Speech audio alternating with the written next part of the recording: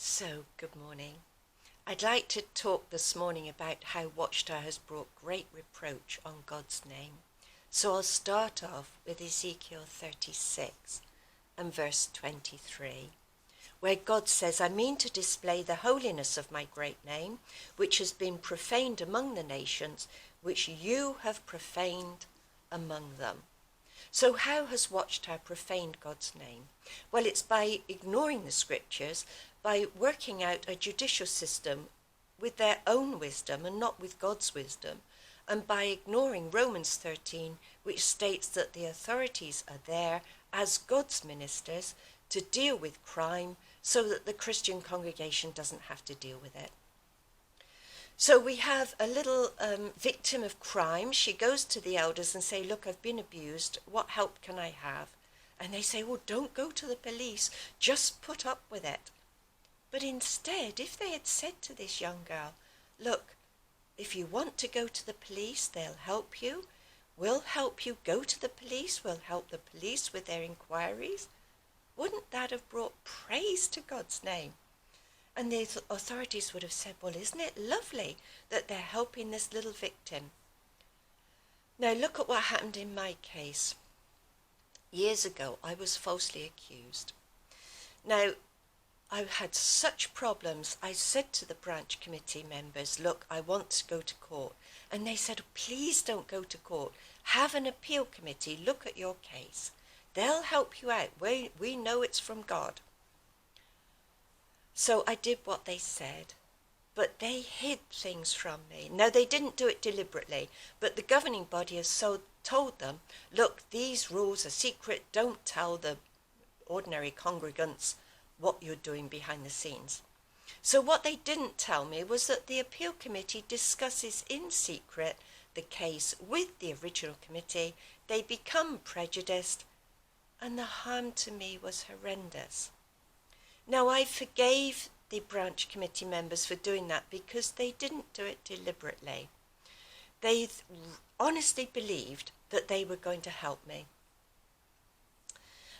And because they did try to help me, what happened was that they got removed from their positions, and Watchtower sent over a yes man from the States, and this man didn't mind telling lies. So I said to him, "Look, I want to go to court." In fact, I had to go to my solicitor because the elders I knew would have heaped so much stress on me, it could have killed me. So what did this yes man say?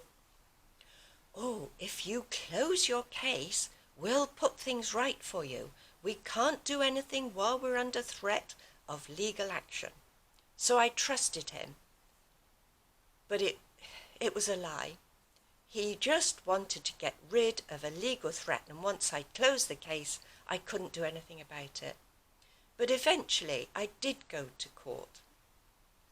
And I discovered in court when the barrister, who was one of Jehovah's Witnesses, stated to the judge, "We would inform an accused person in broad terms." In other words, they do not tell you what you're accused of. You can't defend yourself because you don't know what you're accused of. Now, that rule is not written down anywhere. It's a secret rule that elders are told verbally. They do adhere to this rule. It goes against God's law. One is, don't be prejudiced. Investigate thoroughly. Check witnesses' statements before you do anything. And as Jesus said, evidence is a witness. You do not need two eyewitnesses. You look at the evidence. They've gone against all of that. And consequently, when I went to court, I had to state in court that this committee member had lied to me, telling me he would put things right when he knew he couldn't, because the elders had gone along with secret rules and not with the rules that are written in public. That brought huge reproach on God's name. So how do we put this right?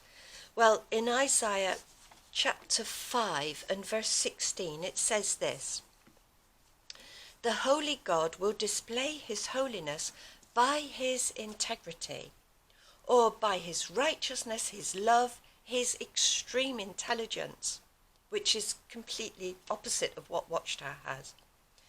Now, God can clear his name without any help from us, but it would be nice to be on God's side. So I was down at the beach the other day, as usual, and this large flock of gannets came along, and they were fishing right up close to shore, and they're wonderful to watch. They dive into the water. So I took a little video of it, and it's really a bad video, very amateurish, but I'll put it up to show you, just to give you an idea of looking at creation, in which you will see God's love, his kindness, and his intelligence. And when you look at it, contrast that, the wonder that we see in creation, contrast it with what we get from Watchtower. And I put a little sunset at the end of that video as well. So see how you get on with that. And it just give you an idea for you to go and find your own park, your own seaside or lake, and look with wonder at what God has done. And you will understand the contrast between that and Watchtower's wrongness in setting up their own judicial system in contrast with what God has told them to do. So thank you very much for putting up with me this morning, and thank you for watching.